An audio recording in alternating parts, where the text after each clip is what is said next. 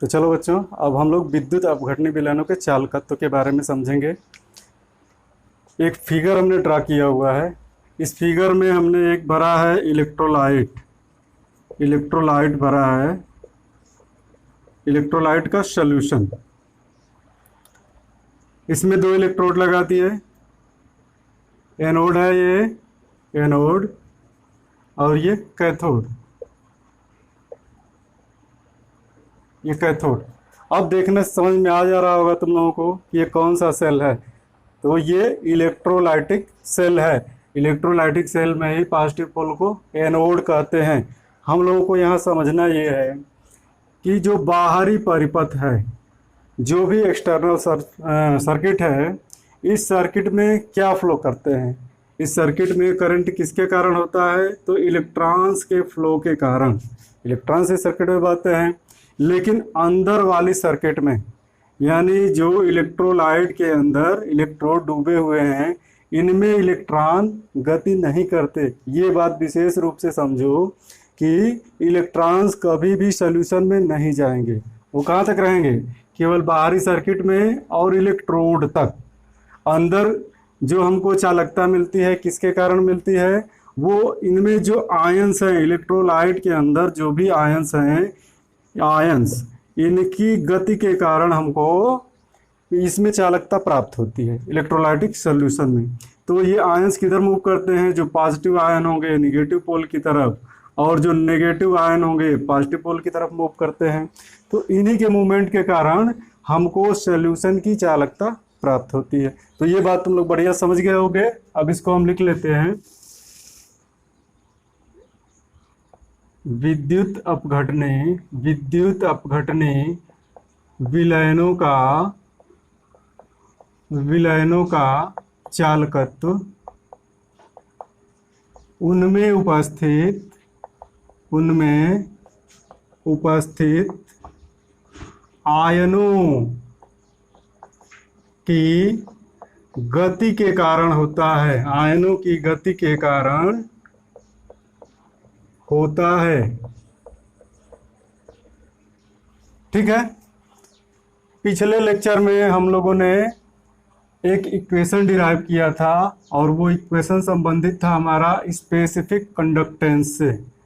और specific conductance को हम डिनोट करते हैं कप्पा द्वारा। तो इक्वेशन हम लोगों का था kappa equal to G into L by ए।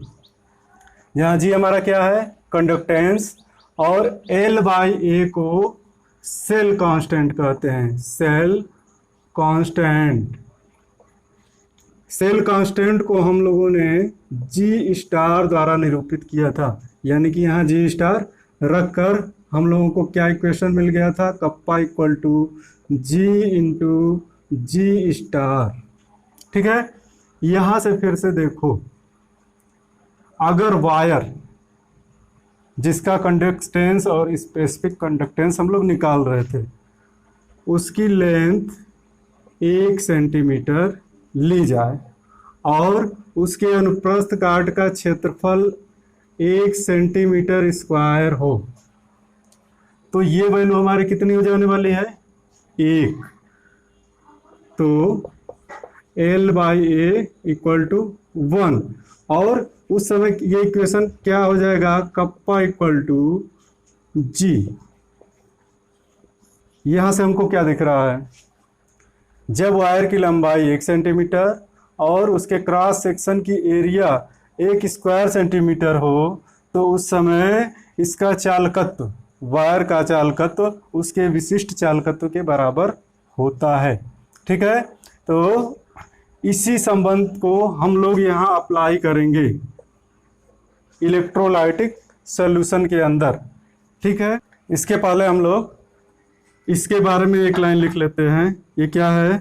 जब चालक तार की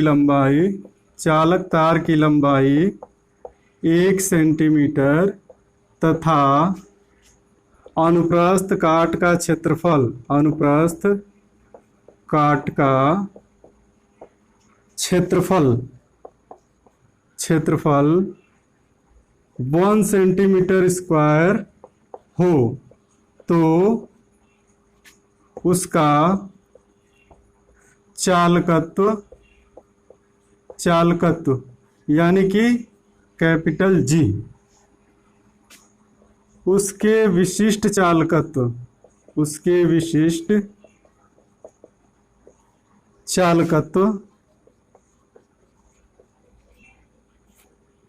के बराबर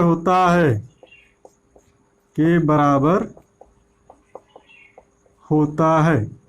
इसको हम यूं भी लिख सकते हैं कि जब चालक तार की लंबाई 1 सेंटीमीटर तथा अनुप्रस्थ काट का क्षेत्रफल 1 सेंटीमीटर स्क्वायर हो तो उसके चालकत्व को उसका विशिष्ट चालकत्व कहते हैं। ठीक है, तो चालकत्व और विशिष्ट चालकत्व यहाँ हम वायर के केस में समझ रहे हैं, यही हमको समझना है इलेक्ट्रोलाइटिक सॉल्यूशन के अंदर। तो ठीक है, इसको पहले हम मिटा लेते हैं। तो इलेक्ट्रोलाइटिक सॉल्यूशन के विशिष्ट चालकत्व को समझने के लिए हम ले लेते हैं 2 प्लेटें जिनको यूज करेंगे इलेक्ट्रोड के रूप में।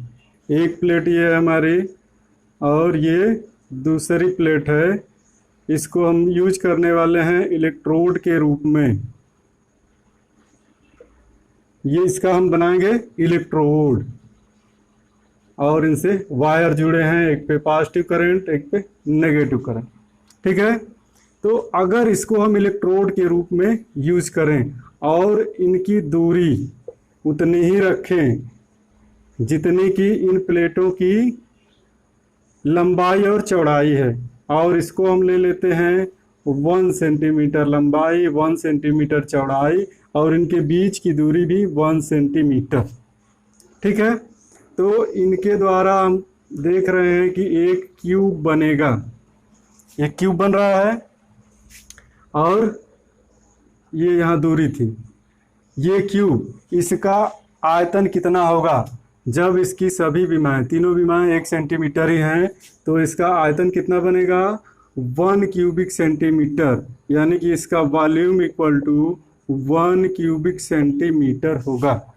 यानी इनके मध्य जो भी हम सॉल्यूशन रखेंगे वह कितना होगा 1 क्यूबिक सेंटीमीटर, और 1 क्यूबिक सेंटीमीटर को ही हम 1 ml कहते हैं। ये रिलेशन याद रखना तुम लोग कि 1 घन सेंटीमीटर 1 ml के बराबर होता है, यानी कि दोनों इलेक्ट्रोडों के मध्य जो इलेक्ट्रोलाइटिक सॉल्यूशन भरा जाएगा उसका आयतन 1 ml होगा। अब कैसे भरेंगे इसको सॉल्यूशन को, तो इसको इलेक्ट्रोलाइटिक से भरे एक कंटेनर में हम शिफ्ट कर दे रहे हैं। ठीक है, इलेक्ट्रोलाइट से भरे एक कंटेनर में शिफ्ट किए। अब तो इनके मध्य क्या होगा, इलेक्ट्रोलाइटिक सॉल्यूशन भर गया। इनमें जब विद्युत धारा प्रवाहित करेंगे तो इधर के इलेक्ट्रोलाइट से कोई मतलब नहीं होगा, इनकी चालकता प्राप्त होगी किसकी वजह से, जो इसके अंदर इलेक्ट्रोलाइटिक सॉल्यूशन भरा है, किसके, प्लेटों के जो कांटेक्ट में है, यानी कि 1 ml इलेक्ट्रोलाइटिक सॉल्यूशन का ही कंडक्टेंस हमको मिलेगा। ठीक है, और इसी 1 ml इलेक्ट्रोलाइटिक सॉल्यूशन के कंडक्टेंस को ही हम स्पेसिफिक कंडक्टेंस कहते हैं इलेक्ट्रोलाइट के परिप्रेक्ष्य में। ये बात समझनी है।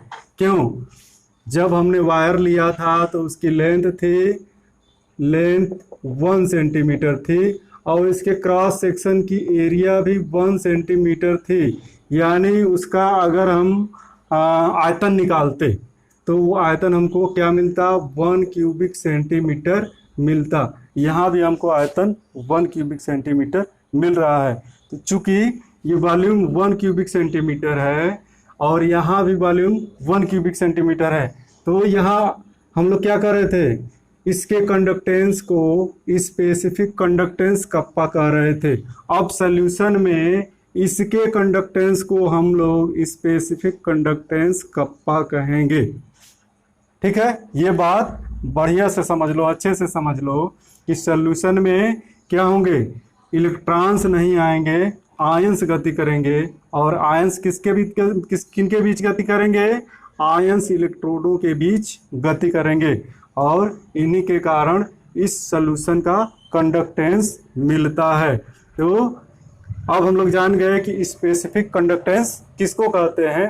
तो विलयन के परिप्रेक्ष्य में लिख लेते हैं विद्युत अपघटने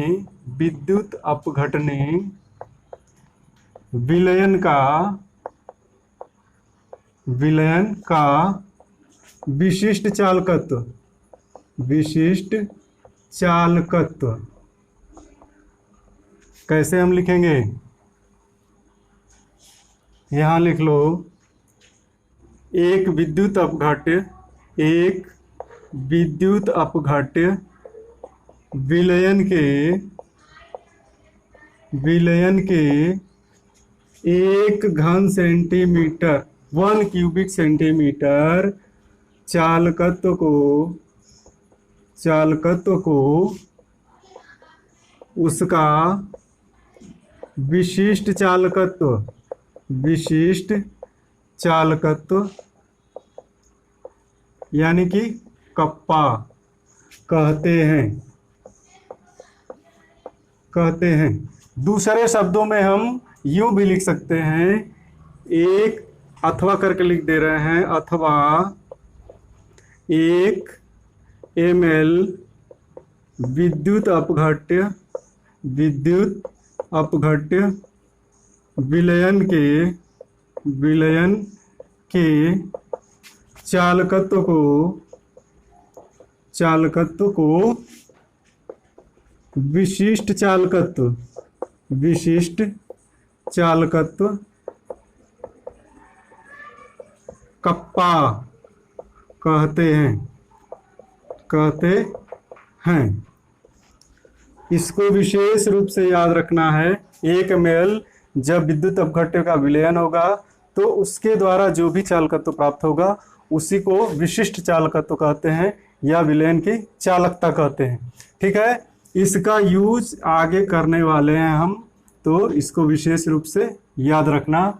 अब इसी के सहारे हम लोग विलयन के मोलर कंडक्टेंस को और इक्विवेलेंट कंडक्टेंस को सीखेंगे।